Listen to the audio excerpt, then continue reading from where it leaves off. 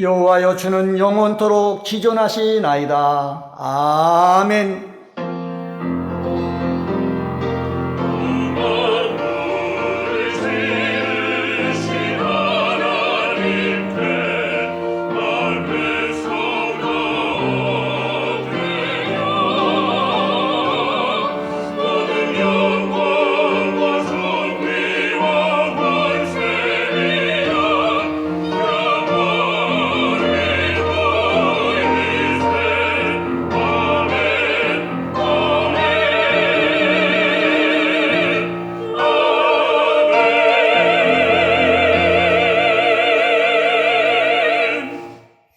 다 같이 찬송가 70장 1절을 부르시겠습니다.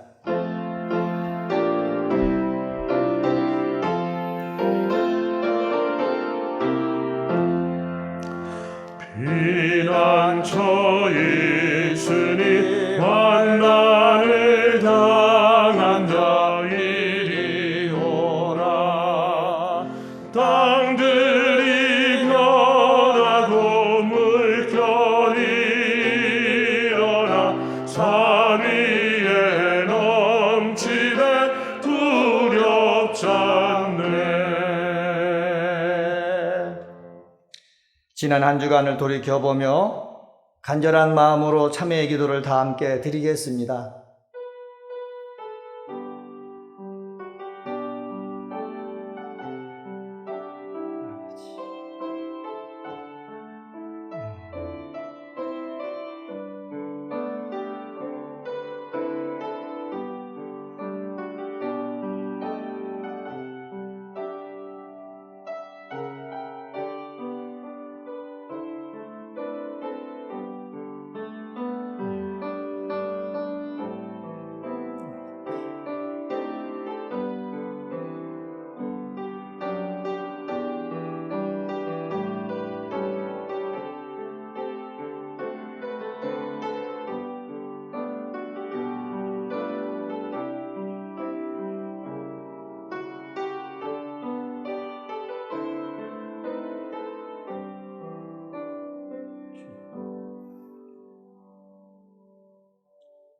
그러므로 이제 그리스도 예수 안에 있는 자에게는 결코 정죄함이 없나니 이는 그리스도 예수 안에 있는 생명의 성령의 법이 죄와 사망의 법에서 너를 해방하였음이라. 아멘.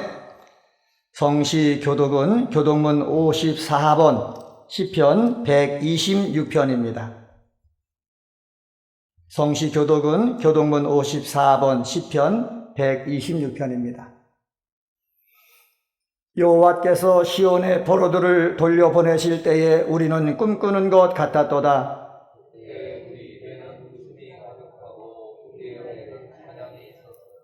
그때의 문나라 가운데에서 말하기를 여호와께서 그들을 위하여 큰 일을 행하셨다 하였도다.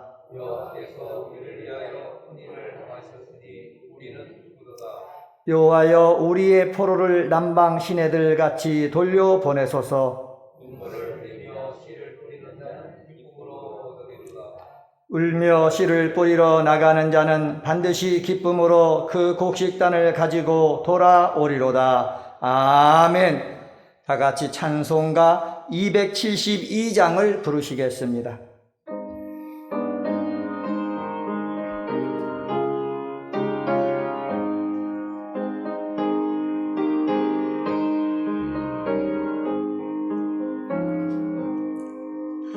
고통의 멍에 벗으려고 예수께로 나갑니다. 자유와 기쁨 베푸시는 주께로 갑니다. 병든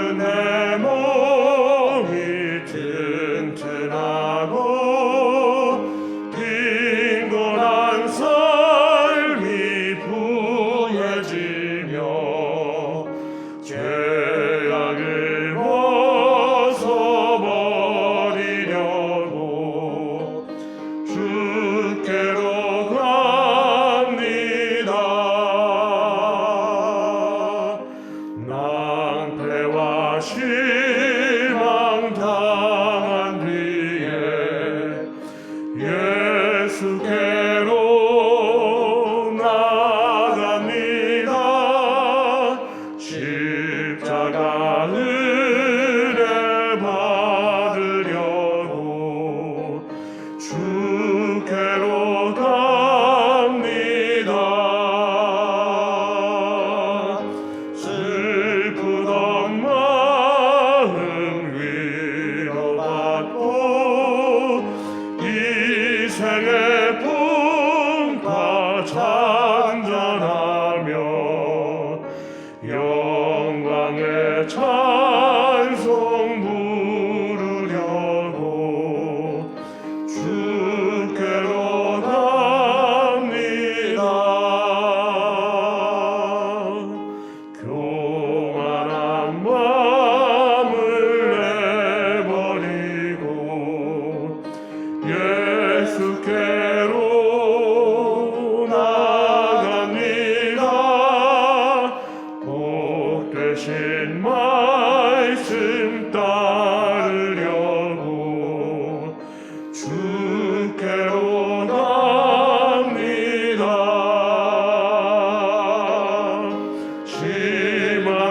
실망하니 몸 힘을 얻고 예수의 크신 사랑받아 하늘의 기쁨 맛보려고 주께로 갑니다.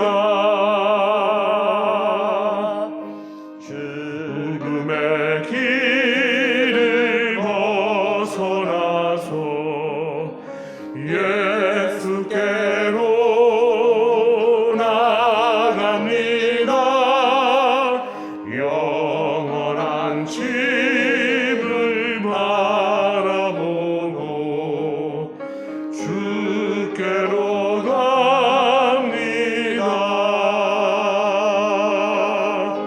멸망의 포구 헤어나와 평화의 나라 다다라서 영광의 주를 배우려고 주께로 갑니다.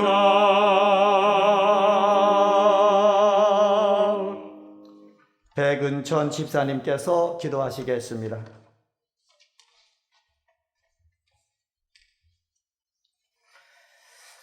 창조의 하나님, 오늘 저희들에게 새날을 허락하여 주심에 감사드립니다. 지나온 시간을 되돌아보니 허물뿐이고 부끄러운 모습뿐인데 또 저희에게 놀라우신 하나님의 은혜와 사랑을 주시니 감사합니다. 한 주간도 노뱀을 부수는 자로 살지 못하였음을 고백합니다. 크신 은혜로 용서해 주시고 성령의 불로 죄악들을 태워주시사 저희 심령을 정결케 하여 주시고 세상에 주는 복이 아닌 생명 대신 주님의 영생을 얻는 자들로 살아가도록 인도하여 주옵소서. 코로나 장기화로 저희들의 예배가 무너지고 일터가 무너지고 경제적 위기에 빠져 신음하고 있는 저희들을 불쌍히 여기시어 하나님이 주시는 은혜와 지혜로 일어서게 하시고 주님이 열어주시는 소망의 길로 인도하옵소서. 그리하여 저희들의 믿음이 성장되어 하나님 앞에 늘 성화의 삶으로 거룩하게 살아갈 수 있도록 도와주옵소서. 올 한 해 우리의 기원 새 예루살렘 같은 교회로서 강림하는 교회, 함께하는 교회, 씻음받는 교회로 말씀 주셨으니 온 성도들 하나님께서 주신 비전을 따라 기도하며 달려가게 하옵소서. 새 성전 건축도 온전히 기도로 세워지기를 원합니다. 먼저 기도를 통해 우리 심령이 하나님의 거룩한 뜻과 일치되게 하옵시고 하나님께서 정하신 방법대로 완공되어 성령이 임하는 성전으로 축복하시고 여호와 이름이 영영이 그곳에 있게 하시며 하나님의 눈과 주님이 임재하시는 곳 하나님 능력으로 완공되어지는 하나님의 공동체 은혜광성교회 되게 도와주시옵소서. 주님 성전을 건축을 위해 날마다 기도로 애쓰시며 헌신하시는 박재신 담임 목사님의 신원을 강건케 하옵소서. 성전 건축의 비전을 하나님의 뜻대로 이루어가기에 부족함 없도록 주께서 필요한 은혜로 덧입혀 주옵소서. 맡겨진 모든 사역마다 풍성한 열매 맺게 하옵소서. 동역하시는 교육자님, 전도사님에게도 새 힘을 부어주시고 당회와 건축위원장, 위원들 일마다 때마다 주님이 함께 하시어 모든 것 충만케 채워주옵소서. 정의와 공의를 시온에 충만케 하시는 여호와 하나님, 지금 나라의 어려움도 하나님의 정의로우심과 공의로 잘 해결되게 도와주시고 이 아픔을 잘 이겨내어 보다 성숙된 모습으로 거듭나게 하시고 나라를 이끌어가는 위정자들 하나님을 경외하고 국민을 사랑하고 오직 공의와 정직으로 불의와 타협하지 않는 자들로 세워지게 인도하시사 세상이 주는 평안이 아닌 하나님의 참 평안을 주시옵소서. 어려움 당한 성도들에게 힘과 용기를 주시옵소서. 병마와 싸우며 고통 중에 있는 환우들 속히 치유되어 주님께 감사와 영광 돌리는 삶 살도록 주여 도와주옵소서. 교회 당회와 각 기관 믿음으로 충성하는 마음 허락하시어 그리스도의 몸된 공동체를 위해 봉사할 때 자신의 힘이 아닌 성령의 도우심으로 봉사하게 하옵소서. 하나님보다 자신의 생각이 앞서지 않게 하시고 항상 기도하며 말씀에 인도함 받는 기관장과 직분자들에게 인도하여 주옵소서. 이제 담임 목사님 하나님 말씀을 받아 증거하실 때 성령으로 충만케 하시고 그 말씀이 심령마다 채워지게 하시고 깨달음을 더하여 주시옵소서. 성도들의 일터와 삶 속에서 말씀의 검으로 능력 있게 무장시켜 주시옵소서. 정성껏 준비한 배들 찬양대 찬양을 입히게 받아 주시옵소서. 모든 만물을 창조하신 하나님 함께하여 주시를 믿고 감사하며 예수님 이름으로 기도드렸습니다. 아멘. 아멘.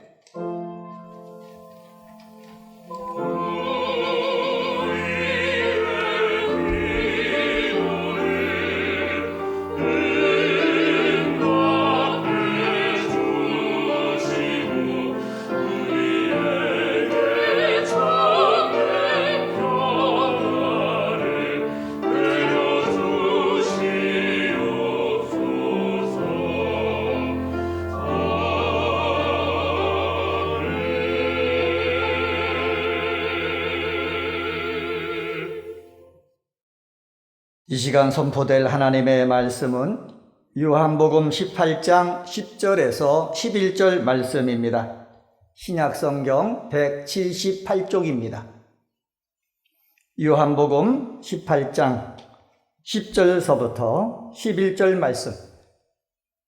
찾으신 줄 알고 하나님의 말씀 받들어 읽겠습니다. 이에 시몬 베드로가 칼을 가졌는데 그것을 빼어 대제사장의 종을 쳐서 오른편 귀를 베어버리니 그 종의 이름은 말고라. 예수께서 베드로더러 이르시되 칼을 칼집에 꽂으라. 아버지께서 주신 잔을 내가 마시지 아니하겠느냐 하시니라. 아멘.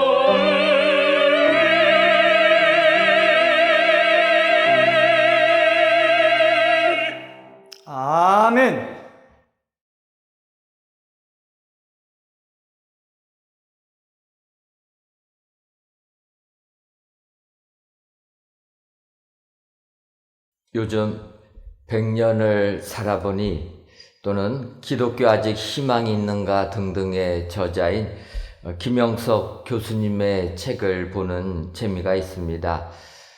작년에 출간한 기독교 아직 희망이 있는가라는 책에서 그는 100년이 지나도 희망을 주는 기독교가 되기 위해서는 예수 그리스도의 희생과 사랑을 그대로 체화하여 실천하는 길밖에 없다라고 그 책의 결론을 내고 있습니다.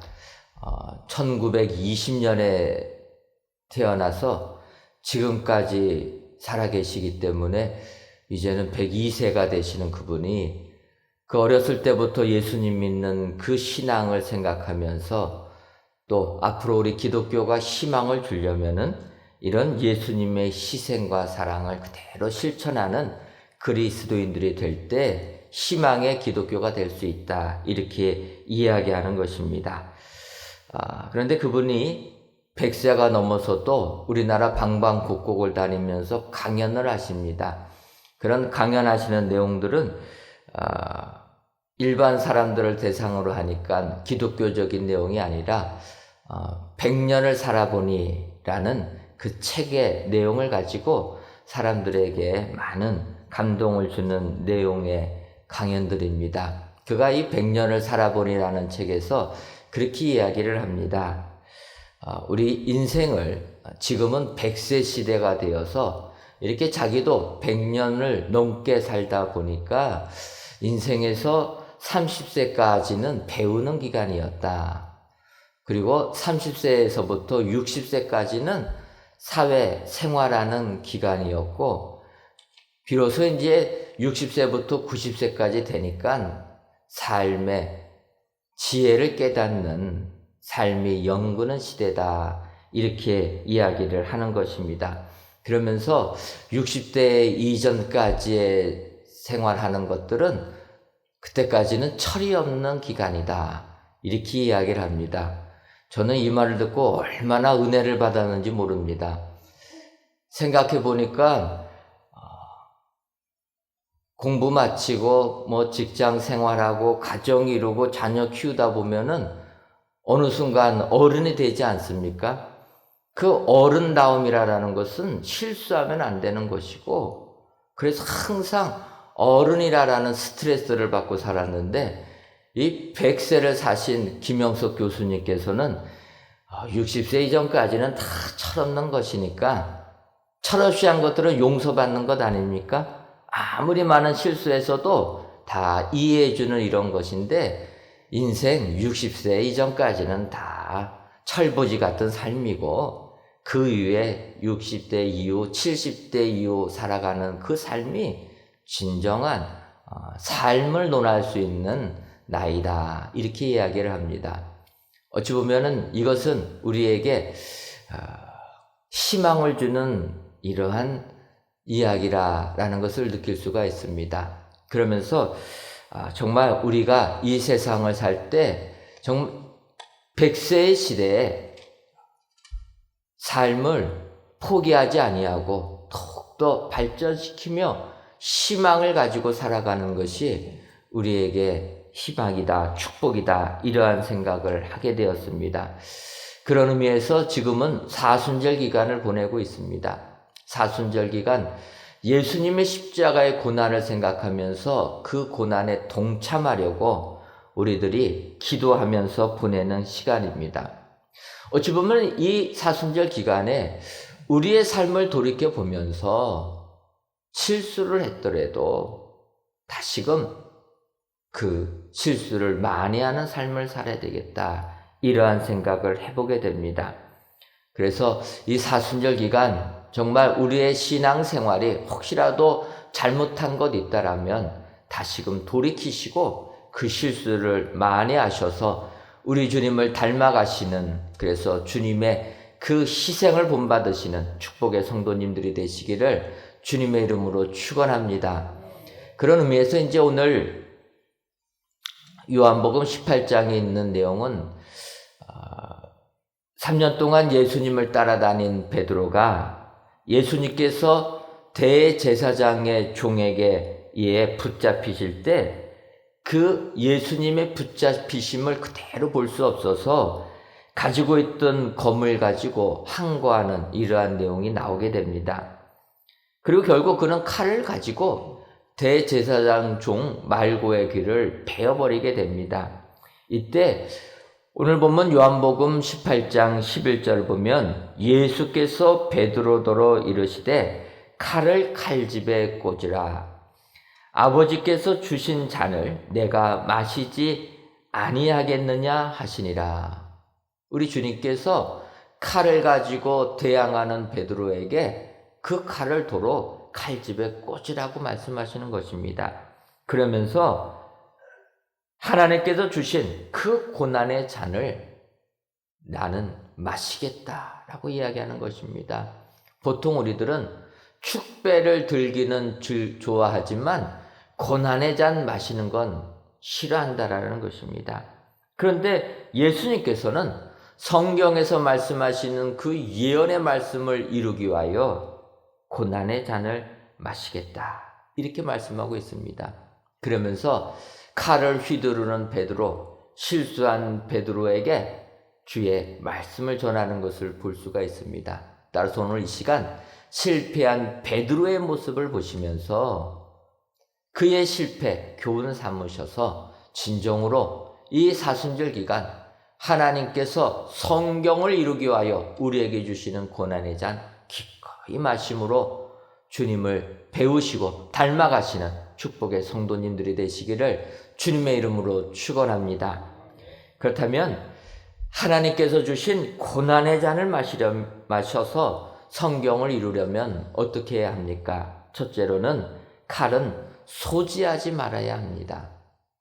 오늘 보면 요한복음 18장 10절을 보게 되면 이에 시몬 베드로가 칼을 가졌는데 그것을 빼어 대제사장의 종을 쳐서 오른편 귀에 베어버리니 그 종의 이름은 말고라 이렇게 말씀하고 있습니다.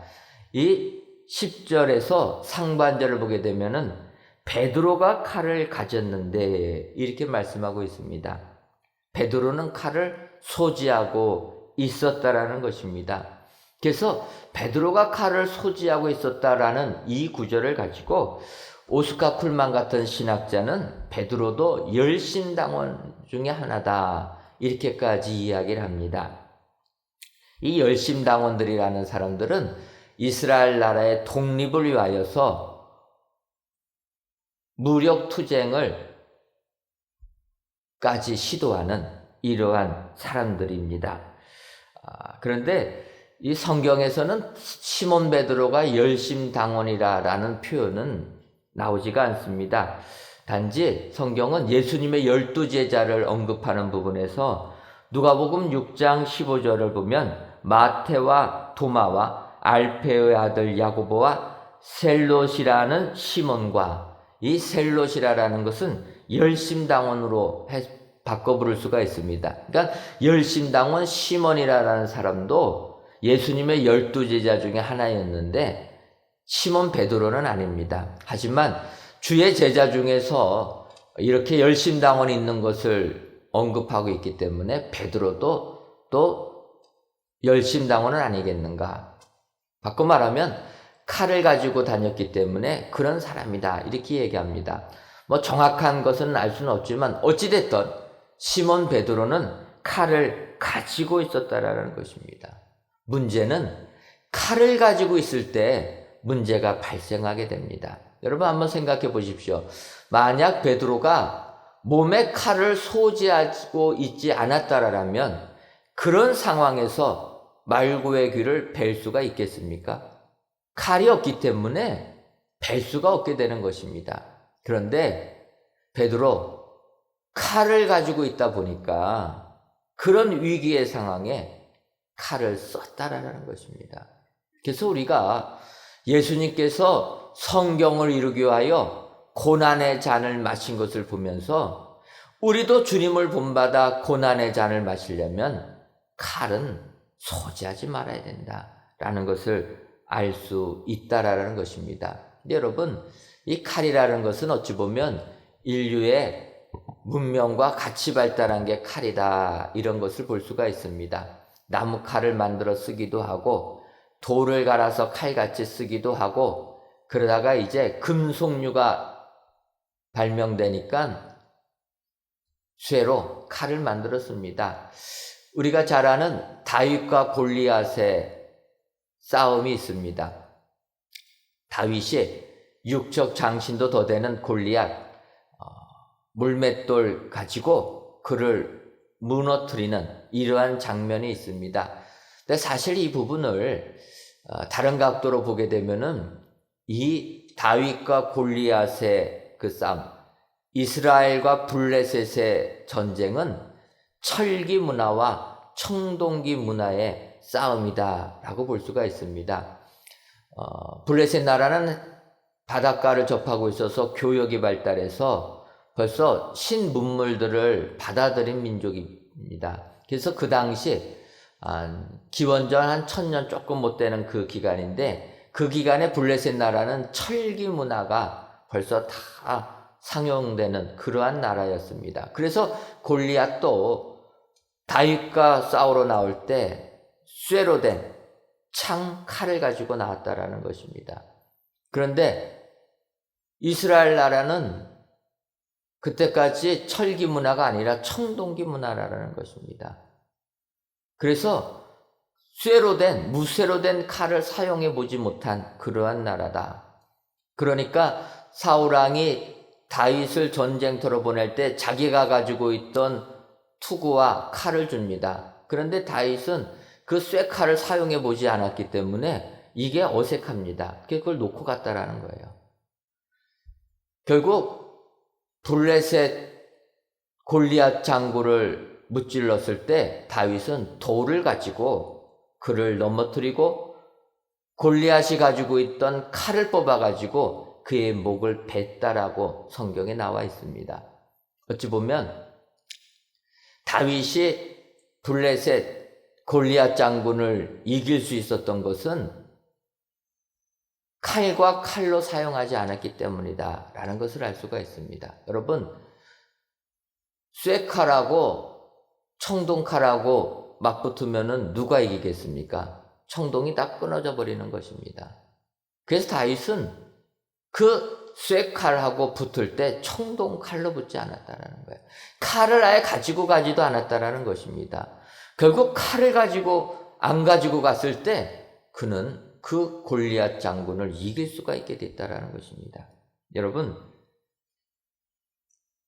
칼이 우리에게 도움은 되지만 칼은 잘못 사용하게 되면은 사람을 죽일 수 있는 살인기구도 되는 것입니다. 그래서 칼 자체를 소지하지 않는 것, 이것이 은혜요 축복이 되는 줄 믿습니다. 오늘 베드로는 칼을 지니고 있는 잘못을 범했다라는 거예요. 근데 여러분, 그렇다면은 이 시대에 우리에게 있는 칼은 무엇입니까?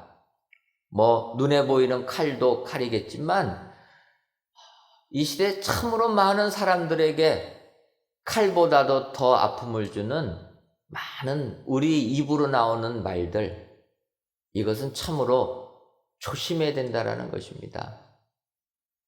얼마나 많은 사람들이 악플에 시달려가지고 극단적인 선택을 하게 됩니까? 아무 생각 없이 내뱉는 말이 그 사람들을 칼보다도 더 상처를 주고 죽음으로까지 몰고 간다는 것입니다. 그래서 우리는 이러한 칼을 소지하면 안 되는 줄 믿습니다. 버려야 된다는 거예요. 마음속에 칼을 품고 있으면 안 되는 것입니다. 여러분, 아내가 남편한테 평생 시달리면서 힘들어할 때 그 아내들이 뭐라고 얘기합니까? 나이 들어서 보자 그러지 않습니까? 그 칼을 버려야 된다는 거예요. 그 칼을 가지고 있으면 정말로 그 칼을 쓸 수가 있다는 것입니다. 우리에게 힘든 일을 하는 사람들, 그 마음속에 칼을 우리는 내려놔야 된다는 거예요. 아무리 힘들어도 칼을 소지하지 않는 사람, 그런 사람이 우리 주님을 본받아서 성경을 이루는 축복의 사람들이 다 될 줄 믿습니다. 오늘 귀한 예배를 드리시는 저 여러분 모두가 베드로의 실수를 기억하셔서 칼을 소지하지 아니하시는 축복의 성도님들이 다 되시기를 주님의 이름으로 축원합니다. 두 번째로, 칼은 빼지도 말아야 합니다.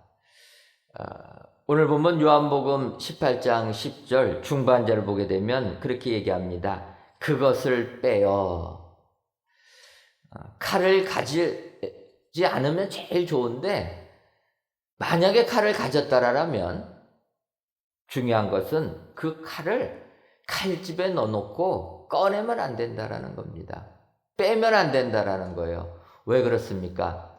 한번 칼을 빼게 되면 뺀 칼을 다시 집어넣는 것은 몇 배의 어려움이 있기 때문이라는 거예요.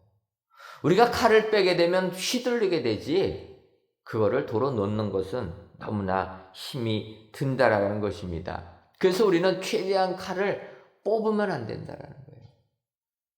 칼을 소지하지 않으면 제일 좋은데, 그거를 내가 못한다 할지라면 칼은 빼지 않아야 된다라는 것입니다. 여러분, 사람들이 살다 보면은 항상 즐겁게만 지낼 수는 없습니다. 다투기가 쉽습니다. 부모와 자식 간에도 다투고 남편과 아내 간에도 다투게 됩니다. 이 다툴 때 칼을 뽑으면 안 된다는 거예요.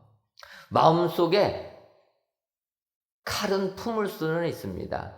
불만을 가질 수가 있고 칼을 품을 수가 있는데, 그 다툼 속에서 대화하다가 칼을 뽑으면 안 되는 겁니다. 마지막 하면 안 되는 말은 안 해야 된다는 거예요. 부모와 자식 간에도 아무리 갈등이 있어도 하지 말아야 되는 그 말은 꺼내면 안 된다는 거예요. 남편과 아내도 마찬가지입니다. 부부싸움 하다가도 뭐 서로의 잘잘못 이야기할 수 있습니다. 하지만 넘어서는 안 될 선은 넘으면 안 된다는 거예요. 그때부터는 그 칼을 뽑게 되면 파국으로 나가게 된다는 거예요. 회복이 안 되는 것입니다. 한번 우리 입으로 내뱉은 말을 어떻게 주워 담을 수가 있겠습니까? 그래서 그 상처를 주는 칼은 뽑으면 안 되는 겁니다. 뽑고 나면은 해결하기가 어렵다는 거예요. 여러분, 부부간에 다툴 때 뭐 어떡합니까? 서로의 단점들 지적하면서 다투지 않습니까? 그러다가 이제 이게 심해지면 어떻게 됩니까? 집안까지 드러내지 않습니까? 그때부터 문제가 심각해지는 거예요. 그냥 너가 잘못했니, 옳고 그르니 따지는 것 정도는 넘어갈 수가 있는데, 너는 어떻게 너의 집안에서 그런 걸 배웠냐라고 부모를 모욕하는 그 순간 잘못하면 돌아올 수 없는 강을 건너게 되는 것입니다. 그래서 우리는 칼을 뽑으면 안 된다는 거예요. 마음속에 아무리 힘든 일이 있어도 칼을 뽑게 되면 그 칼은 정말로 다시 칼집에 놓기가 어렵게 된다는 것입니다. 오늘 본문의 베드로를 보게 되면 대제사장의 종들이 예수님을 잡으러 오게 되니까 베드로 항거합니다. 대항합니다. 칼을 빼어서 대항하니까 어찌 보면은 대제사장들의 종들이 주춤했을 것입니다. 여러분, 우리가 칼을 빼게 되면 그 순간의 위기는 모면할지 모르지만 하나님께서 이루시겠다 하시는 계획은 이루어지지 않는다라는 것입니다. 만약에 베드로가 칼을 가지고 그 종들을 다 무찔러 버렸다고 하면 예수님은 성경을 이루지 못합니다. 우리를 구원하기 위하여 이 세상에 오신 예수님의 구속 사역은 이루어지지 않는다라는 거예요. 하나님을 따르겠다라고, 그래서 주님을 3년 동안 따라간 베드로가 칼을 빼는 그 순간 그는 하나님의 뜻에 정반대로 행하는 사람으로 전락되고 말았다라는 거예요. 여러분, 지금도 우리가 믿음 생활하면서 주님을 따르겠다고, 우리가 주님을 본받겠다고 하나님의 뜻을 이루겠다고 신앙생활을 하고 있습니다. 그런데 베드로처럼 이렇게 칼을 빼는 그 순간 하나님의 뜻하고는 반대의 길을 갈 수 있다는 거예요. 그래서 우리가 세상을 향하여서 칼을 빼기보다는 칼을 도로 넣는 삶을 살아야 될 줄 믿습니다. 아무리 우리를 핍박하고 아무리 우리를 죽이려고 달려들어도 대항하는 칼을 빼는 것이 아니라 묵묵히 고난의 잔을 마시는 사람, 그 사람이 우리 주님을 닮아가는 축복의 사람이 되는 줄 믿습니다. 오늘 귀한 예배를 드리시는 사랑하는 성도 여러분, 우리 주님 예수님을 닮아가시기를 원하십니까? 그렇다면 이 사순절 기간 예수님과 함께 고난의 잔을 마시는 여러분들 되시기를 바랍니다. 그 고난의 잔을 마시려면 칼은 소지하지도 않으면 좋은데 설령 칼을 소지했다라면 그 칼은 뽑지 마셔서 정말로 주님의 그 고난에 동참하시는 우리 축복의 성도님들이 되시기를 주님의 이름으로 축원합니다. 그리고 마지막 세 번째로 칼로는 바른 대상을 베어야 합니다. 오늘 보면 요한복음 18장 10절을 다시 보면 이에 시몬 베드로가 칼을 가졌는데 그것을 빼어 대제사장의 종을 쳐서 오른편 귀를 베어버리니 그 종의 이름은 말고라. 이렇게 말씀하고 있습니다. 시몬 베드로 칼을 가지고 있었고 또 그 칼을 빼었고 마지막에는 그 뺀 칼을 가지고 대제사장의 종 말구의 귀를 베어버렸다라는 것입니다. 이 부분을 보게 될 때 베드로가 베어버린 대상을 잘못 선택했다라는 거예요. 여러분, 베드로는 주님을 잡으러 오는 대제사장의 종 말구의 귀를 베어버렸습니다. 근데 여러분, 베드로가 베어야 할 대상이 대제사장의 종 말구입니까? 아니면 그 예수님을 잡아오라고 명령을 내린 대제사장입니까? 문제는 그러한 명령을 내린 사람이 문제지 그 명령에 따라서 종이라 그 순종한 죄밖에 없는 종 말고는 배임을 당할 대상이 아니라는 것입니다. 베드로는 칼을 휘둘렀는데 휘두를 대상을 잘못 휘둘렀다라는 거예요. 여러분, 칼은 쓰지 않는 게 제일 좋은데 만약에 쓰게 된다라면 바르게 써야 된다라는 거예요. 잘못 쓰게 되면 이것은 실패로 끝나게 된다라는 것입니다.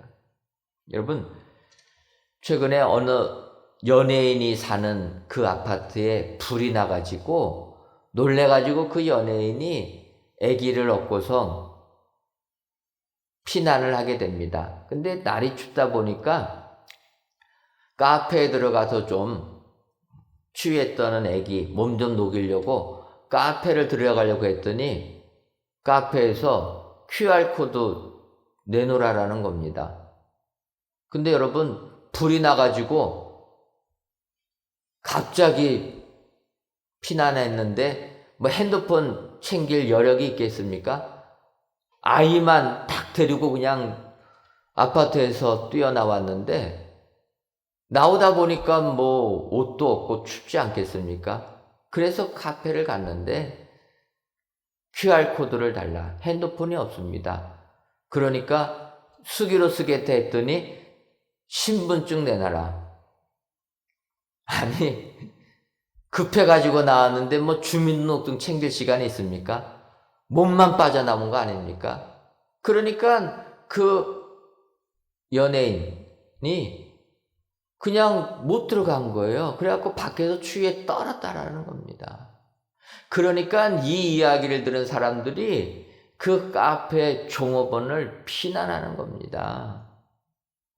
불이 나가지고 아무것도 들지 못하고 아기만 데리고 나왔는데 그 아기가 추위에 떨고 있는데 QR코드 없다고 문전 박대해서 추위에 내모는 게 맞는 것이냐?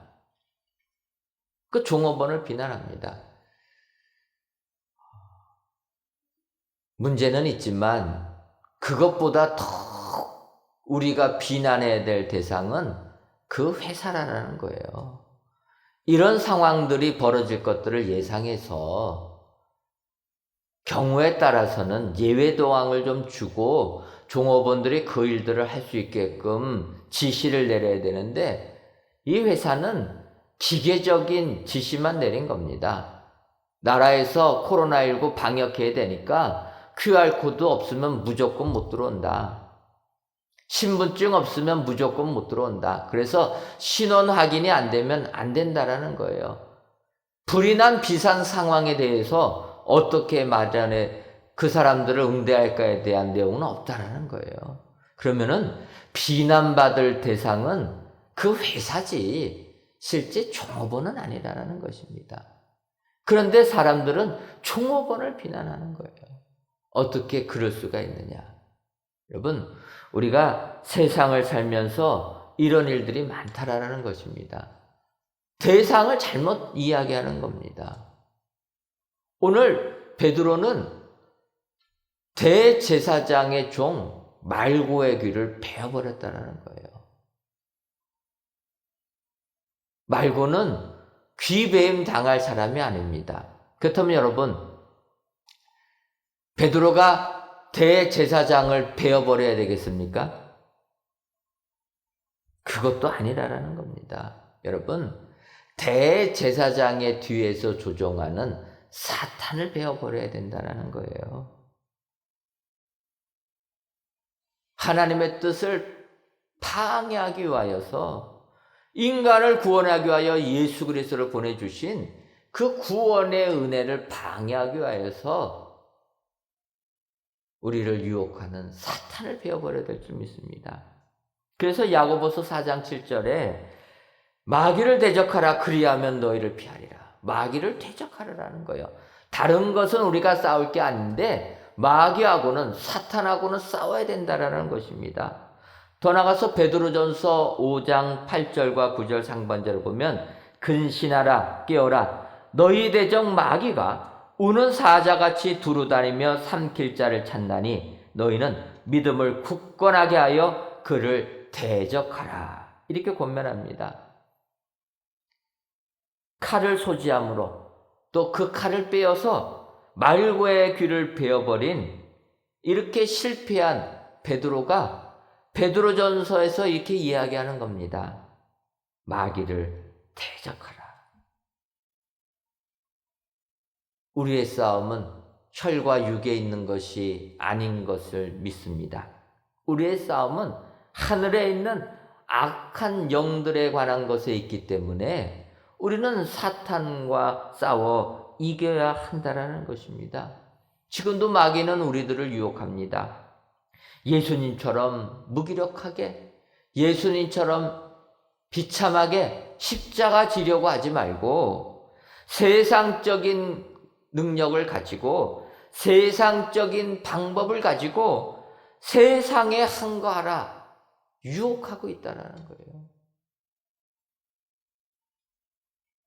우리는 이 사순절 기간 마귀와 대적해야 될 줄 믿습니다.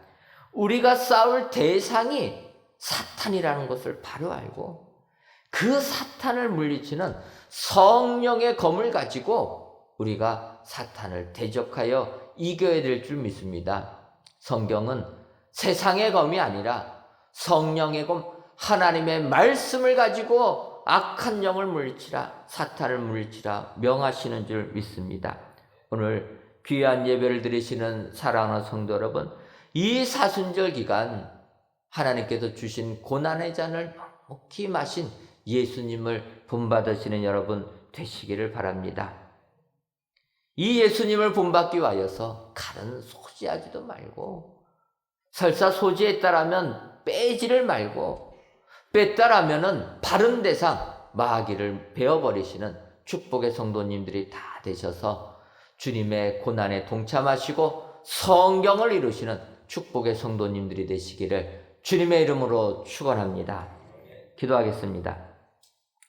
하나님, 사순절 셋째 주일 주님의 고난에 동참하며 귀한 예배를 성전에서 또는 각 가정에서 예배를 드리오니 이 예배를 기뻐 받아 주옵시고 예배를 드리시는 모든 성도님들 위해 마귀를 대적하여 승리하는 축복이 임하게 하여 주옵소서. 오늘 하나님께서 주신 고난의 잔을 마시려면 먼저 칼은 소지하지 말아야 하고 칼을 소지했다면 그 칼은 빼지 말아야 하며 칼을 뺐다라면 마귀를 배회함을 기억하여서 성경을 이루시는 성도님들 되게 하여 주옵소서. 그리하여 예수님처럼 고난의 잔을 마심으로 하나님의 뜻을 이루고 세상에 예수님의 생명을 증거하는 축복의 성도님들이 다 되게 하여 주옵소서. 예수님의 이름으로 기도하옵나이다. 아멘.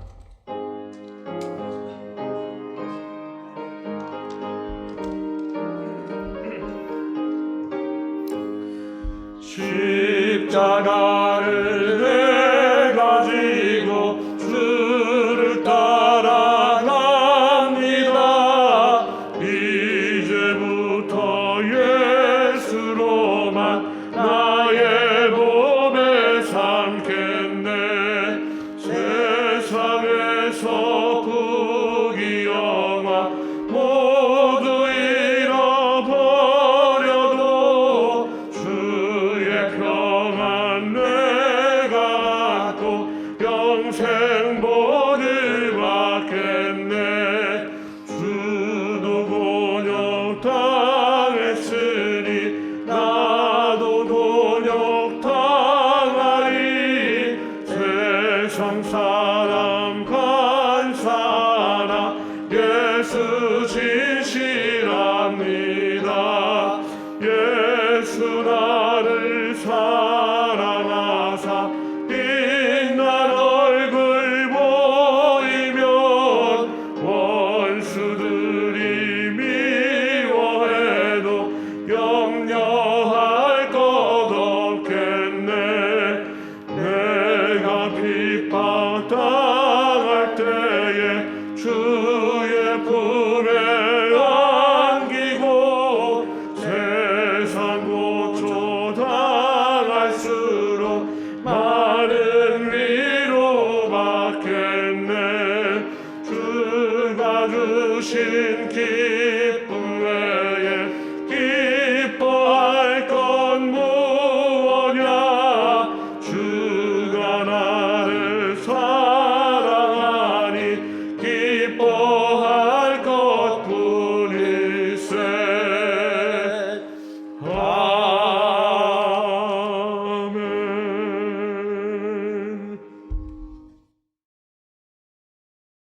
하나님, 지난주 노뱀을 부수는 사람이라는 말씀에 따라 한 주간을 살게 하시니 감사합니다.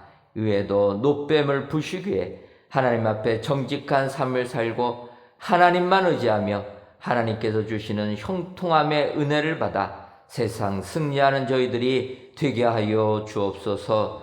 이 시간 11주 예물과 감사 예물, 1,000번째 예물과 전도의 예물, 건축 헌금과 주정 헌금, 성미를 하나님께 바칩니다. 하나님의 것을 하나님의 것으로 인정하며 드리는 이 예물을 연락하여 주옵시고, 드리는 손길 위에 사람이 떡으로만 살 것이 아니요 하나님의 입으로부터 나오는 모든 말씀으로 살 것이라라는 하나님의 약속의 말씀이 우리 모두에게 동일하게 임하게 하셔서 하나님의 입으로 나오는 모든 말씀으로 이 세상을 살아가는 말씀의 승리자들이 다 되게 하여 주옵소서. 더 나아가 말씀의 승리자들뿐만 아니라 세상의 은총도 더불어 임하게 하셔서 세상 살아가는데 어려움이 없는 축복의 성도님들 되게 하여 주옵소서. 하나님, 이 땅의 교회들을 기억하여 주셔서 코로나19 시대에 위축되지 말게 하시고 이 땅을 주님의 품으로 돌아오게 하는 사명 잘 감당하는 교회들 되게 하여 주옵소서. 더 나아가 이 땅도 기억하여 주셔서 속히 코로나19의 공포로 벗어나 하나님께로 돌아오는 모든 민족 되게 하여 주옵소서. 예수님의 이름으로 기도하옵나이다. 아멘. 옆에 분들 보시면서 인사 나누도록 하겠습니다. 칼은 소지하지도 맙시다. 칼을 빼어 마귀를 베어버립시다. 그래 하셔서 정말 하나님께서 주신 고난의 잔 예수님처럼 기꺼이 마시는 축복의 성도님들이 되시기를 주님의 이름으로 축원합니다. 교회 소식 전해드리도록 하겠습니다. 먼저 성전 건축, 이번 주간에는 저희들 외부 석재 코팅 작업, 또 두껍석 설치 작업들을 진행합니다. 저희 교회 외부 돌을 저희들이 붙이고 있는데 이제 마지막 두껍석 붙이면서 마무리를 하려고 하는 이런 기간입니다. 더 나아가서 외부 커튼월 구간 벽체 도장 및 정면 커튼월 유리 설치 작업, 커튼월 유리 붙이는 부착 작업들을 진행하고 있습니다. 그래서 지난 주간에 한 반절 정도 저희가 붙였는데 또 이번 주간 연이어서 유리를 부착하게 됩니다. 유리 부착하고 나서 또 사이를 메우는 작업들 진행하고 이렇게 진행되는데 이런 작업들 유리 붙이는 작업 잘 될 수 있도록 기도해 주시면 감사하겠습니다. 그 외에 저희들 모든 층의 공사들이 진행이 됩니다. 이 모든 층에 걸쳐서 전 구간에 걸쳐서 저희가 공사가 진행되는데 이 기간 동안 안전사고 한 건도 일어나지 않도록 계속 기도해 주시면 감사하겠습니다. 저희들이 입당할 날이 이제 얼마 남지 않은 것 같습니다. 앞으로 한 2달 정도 힘을 다해서 저희가 작업을 하게 되면 사용 승인 받을 정도의 공사가 진척될 줄 믿습니다. 여러분들 기도해 주시고 또 희망을 가지시고 또 지나다니시다 이렇게 보시면은 이제는 이제 포장 쳐놓은 것들이 한 반쯤 벗겨졌기 때문에 많이 잘 보이게 됩니다. 여러분들 성전 보시면서 기도로 후원해 주시면 감사하겠습니다. 2021년도 성경 공부하기 원하시는 분들은 신청해 주시기를 바랍니다. 오늘부터 개강하여서 줌을 이용한 비대면 성경 공부를 진행합니다. 기초반은 주일 오후 4시부터 진행하고 초급 제자반은 화요일과 목요일에 걸쳐서 진행하게 됩니다. 2021년도 상반기 교사대학이 시작되었습니다. 지난 목요일부터 시작했는데 이 교사대학 4월 29일 목요일까지 매주 목요일 오후 7시 30분부터 9시까지 교회학교 교사와 학부모님들을 대상으로 진행을 합니다. 마찬가지로 유튜브를 이용한 비대면 강의로 진행합니다. 여러분들 기억하시고 유튜브 채널 들어오셔서 많이 동참해 주시면 감사하겠습니다. 다 같이 찬송가 236장 4절을 부르시겠습니다.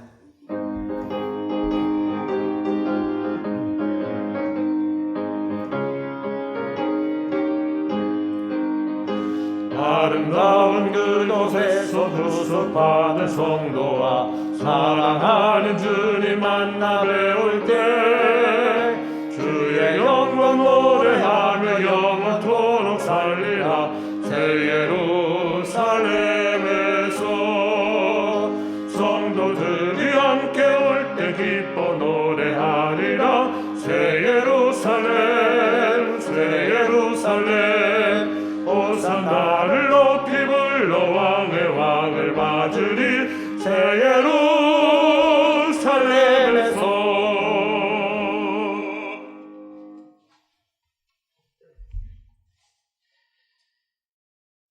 이제는 우리 주 예수 그리스도의 크신 은혜와 하나님 아버지의 한량없는 사랑하심과 성령님의 교통하심이 하나님께서 주신 고난의 잔 기꺼이 마시기로 다짐하는 사랑하는 은혜광성교회 모든 성도님들 위에와 속한 가정 위에 이제로부터 영원토록 함께 있을지어다. 아멘. 주님의 사랑이 너희 맘에 넘치게 되네. 변하지 않는 주님 사랑을 감사해. 세월이 흘러도 변치 않는 사랑을 감사해. 변할 수 없는 위대한 사랑. 아멘, 아멘, 아멘.